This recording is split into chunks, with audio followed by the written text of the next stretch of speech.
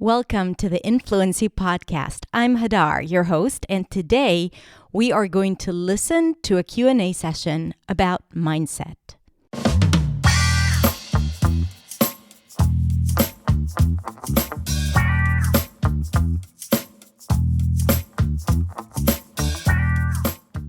Hey everyone. Welcome to the Influency Podcast. I hope you are well. I'm very excited about today because we're going to do something slightly different. As you may or may not know, we are in the middle of the English Fluency Festival, a week-long event with trainings and workshops and practice groups and conversations. And on day 3, we had an entire training session about mindset and language and how to avoid a fixed mindset and lean more towards a growth mindset when it comes to language learning. At the end of the session, I received a bunch of really great questions and answered them, of course, because I love answering questions. And I decided to share that part of the training with you. So we are going to listen to it. Remember, it's a live broadcast, so sometimes I interact with the audience and I ask questions and I drink water. So it's not going to be like a usual podcast episode, but I'm sure you're going to enjoy it either way. Now, one more thing I want to tell you, and it's actually something really exciting. For the upcoming week until October 20th, I'm offering a sneak peek into New Sound, my signature program. We're offering access to the platform so you can see the entire curriculum and how we outline what we believe is needed to reach a real transformation in English. And we also give access to a few of my personal favorite lessons. So you can actually also learn and get a lot of value and practice your THs and learn about pitch and learn more about mindset. It's absolutely free. I'm going to put a link in the description.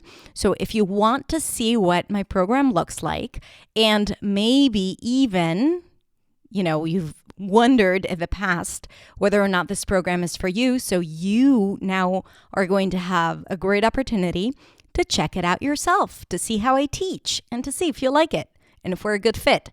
So check it out, limited access. So make sure you grab it before we close the sneak peek. Sneak peek. I love saying sneak peek. Anyway, all right. So let's talk about mindset. Let's listen.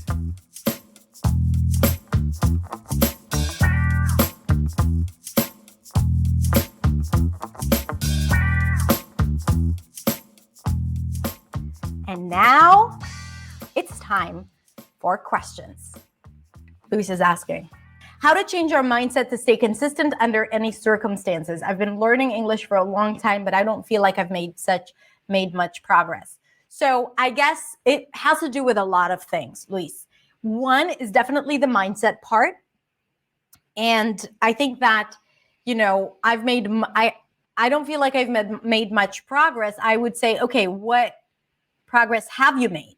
First of all, let's start with that. Let's start with, it's not just like look at the glass half full, but in a way it is, right? Like let's try to see your experience as something that was positive and good. So you don't start associating, lack of results to the work that you put in. So how to change our mindset to stay consistent. I think here, it's not about the mindset about staying consistent. It's about asking yourself 3 things. One is, are you in integrity with yourself? Do you keep a promise to yourself or not? Because if you say that you're going to do something and you're not doing it, right? And at the same time, I think I mentioned it 2 days ago. At the same time, if you make a promise to someone else, even a stranger, and you're like, no, I feel like I have to keep a promise because I said I'm going to do it, then they are more important than you, right? So it's like a question that you want to ask yourself. Why is it that this is not important enough for you? Why is it that it's not important enough for you to say what you're going to do what you're going to say, to do what you say you're going to do, right? So this is the first thing that you want to pay attention to. The second thing is make sure that you have habits in place. This is technical, right? It's like the mindset is around I have good habits. I need to have good habits. And we're going to talk more about habits tomorrow. Okay. How to build good learning and speaking habits. But it's just like also you need to have the infrastructure to put in the work. Now you're saying I can't stay consistent and I haven't seen much progress. Of course, because you haven't been consistent. If you haven't been consistent, you wouldn't be seeing, a lot of improvement if you're not consistent. So you got to be consistent to see an improvement. It's like it's math, right? So the question is, how do I become consistent so I can see the results that I want to see? And the last thing, and I said that at the beginning, I'm just reiterating it, focus on the things that you have achieved and that are working for you and show some appreciation to the language that you already speak and to the journey that you've taken up until today. Because don't undermine it. And the fact that you're here communicating, even writing this clearly to me, means that you have done a lot of work and you have achieved a lot of things. So maybe you haven't broken through, but let me tell you this. A lot of times the change happens underneath the ground, right? Like, when there is a flower that blooms in the spring and then wilts in the winter. When you can't see the flower above ground, it doesn't mean that there are no roots anymore. The roots are growing and getting stronger so that when spring comes, the flower can bloom again. But it's not starting to bloom. It's all the work that happened throughout the winter that allows it to bloom instantaneously, right? All of a sudden it's ready, but it's not ready just because it was ready but just because, it started. No, there was history behind it, things that were below the surface. So sometimes when we're learning and trying to progress, we are not aware that a lot of the things that we do are below the surface. And then all of a sudden there's going to be a breakthrough. We're going to bloom. And we'd be like, oh, now I see it. Here's the breakthrough. But it's not the breakthrough now. The breakthrough is this and all your past work. I have a podcast episode about the compound effect. We're going to link to it as well. It's how small choices that you make daily or small actions that you take daily, they lead to massive results, but you don't see it immediately. You only see it in hindsight. Only in hindsight, you're able to see it. So sometimes when we're in the middle of the process, when we're consistent, we're unable to see the progress. So this is why it's always good to compare yourself, not to 1 month ago, not to 2 months ago. Again, if you're consistent and you're doing the work, but to 2 years ago. Are you able to do things now that you weren't able to do a year ago or 2 years ago? If the answer is yes, then you have made progress. And if you want to see more progress, keep a promise to yourself and stay consistent, build strong habits. How long do I need to practice daily to practice speaking? Like I said, and I think I mentioned it before, I don't want to put a time limit or, to say you have to speak for 1,500 minutes to become fluent. I don't believe in that. I think that you need to find what's working for you. I think it's better to work with what you have and do your best. I'm going to sit. I think it's best to work and do your best with what you have. So if you only have 15 minutes a day, because whatever I'm going to say, it might be good for you and bad for someone else. And then they would think, oh, so I need to practice X amount of minutes. It's too much. It's too little. You have your own experience. You know best. You know how much time you have. I'm a fan of not overdoing it. Okay. So for me, in my opinion, don't go over an hour or 2 hours a day. That would be too much. And I'm saying that for some of you, they're like, 2 hours, I can't even do 15 minutes. But I know of a lot of people that spend hours and hours every day, and they get burnt out really quickly. That's it. Now I'm sat. They get burnt out really quickly, and then they quit. So it's not ideal too, right? So look at your schedule, decide how much time you actually have, and use the fluency wheel and the pronunciation confidence method to start structuring your practice. And we're going to talk more about creating your success journey tomorrow. If I'm not exposed to the community that communicates in English, how could I start to practice? So Eshet, first of all, we have the Influency community on Facebook. It's absolutely free and you can gain a lot of speaking time practice. We have weekly videos, we have conversation groups, and we have the same thing here in the Fluency Festival. And you have a lot of platforms of people who are just seeking to practice with other people. So just use Google and look for these places because there are plenty of them because you're not alone in this situation.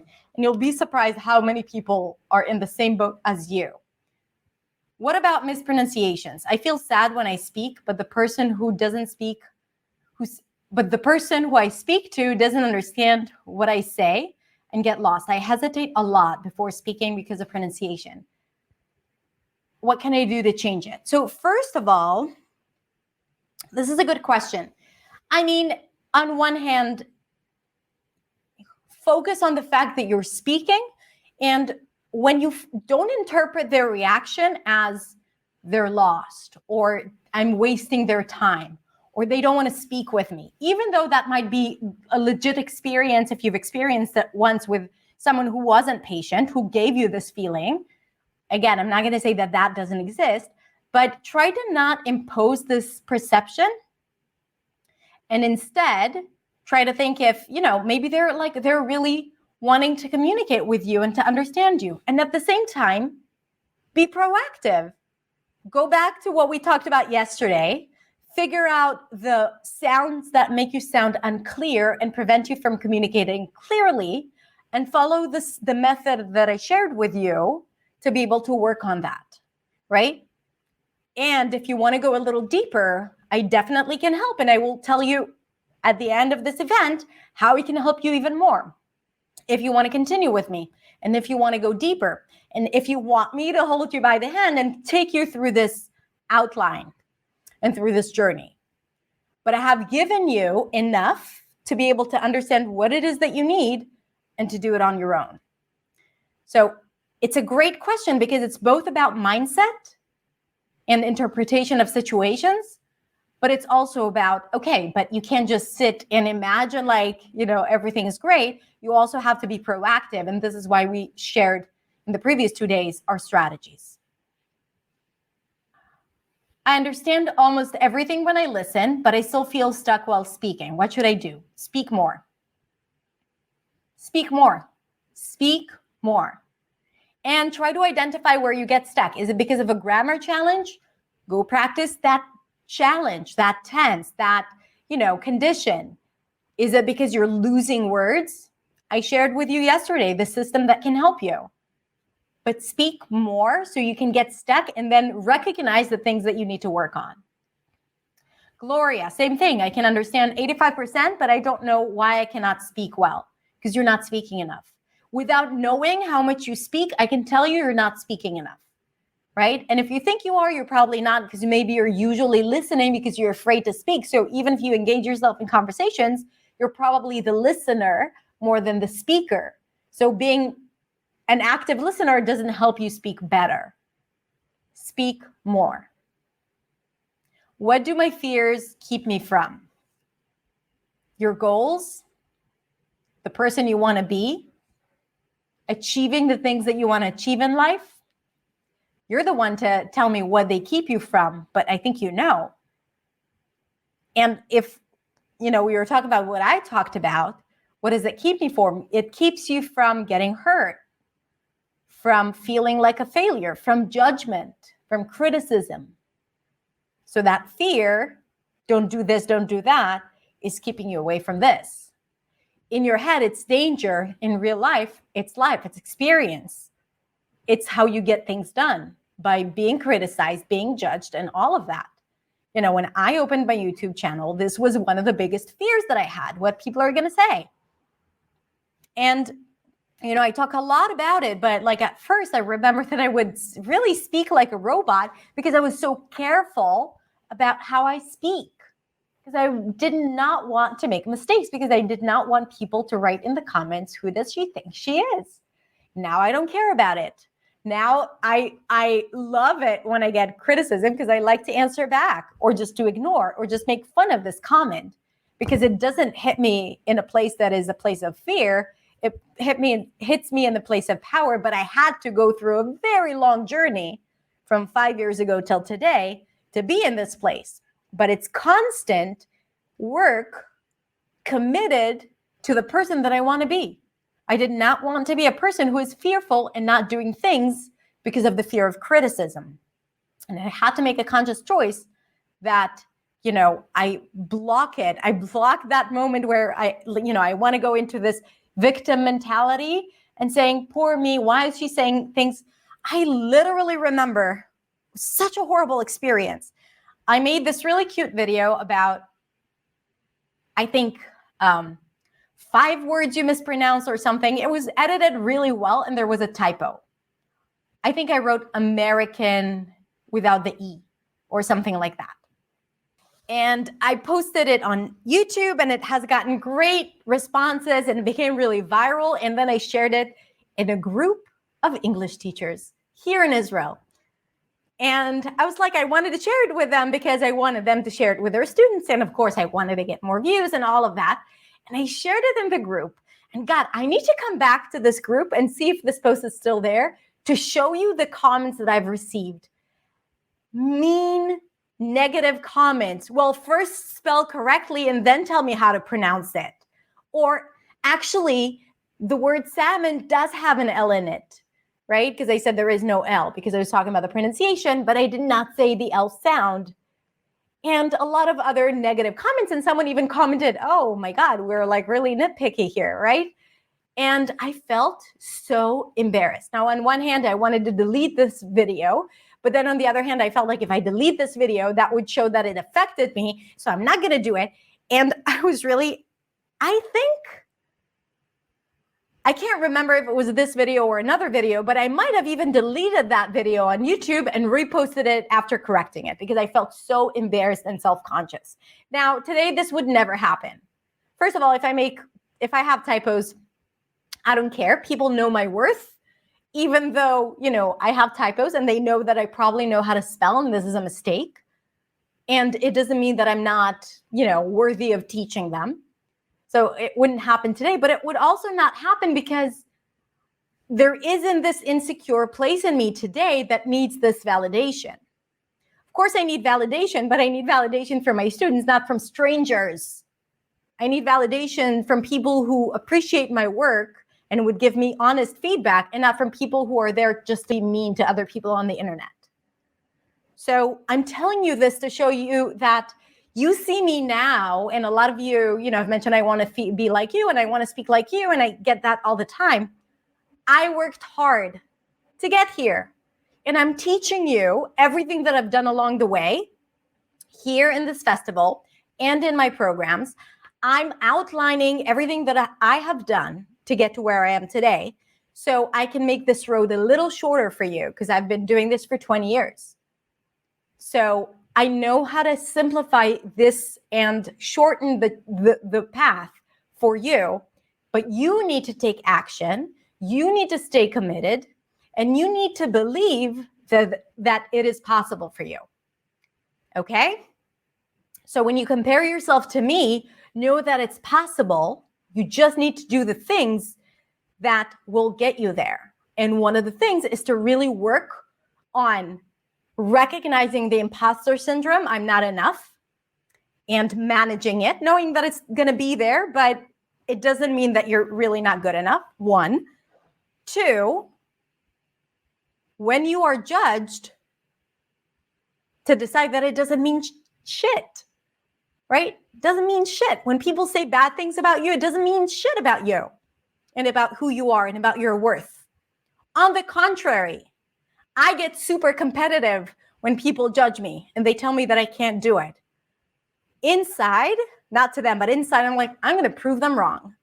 I'm going to show them that it's the exact opposite.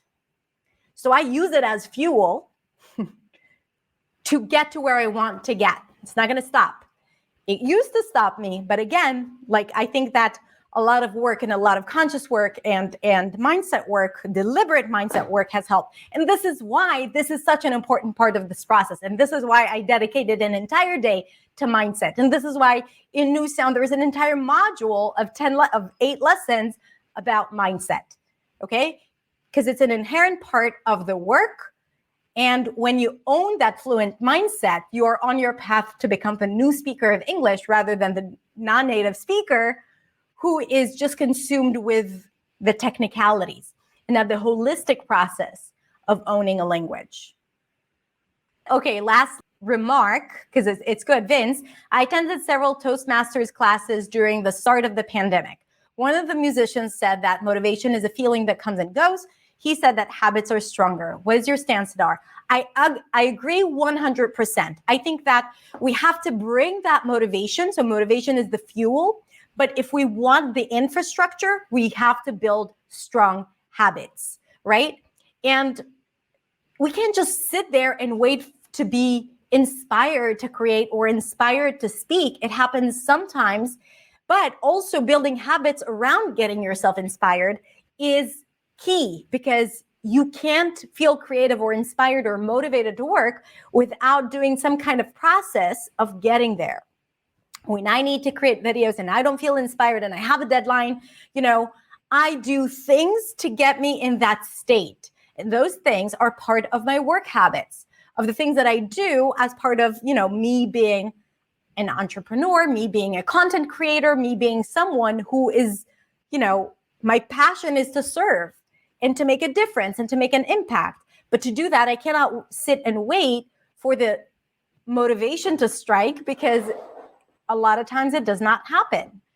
So strong habits in place, and also habits around getting yourself motivated, like dancing. Okay? So yes, habits, know your why. In the first module of my program, it's exactly that. We learn why do we want to do what we do, right? Like, what is your why?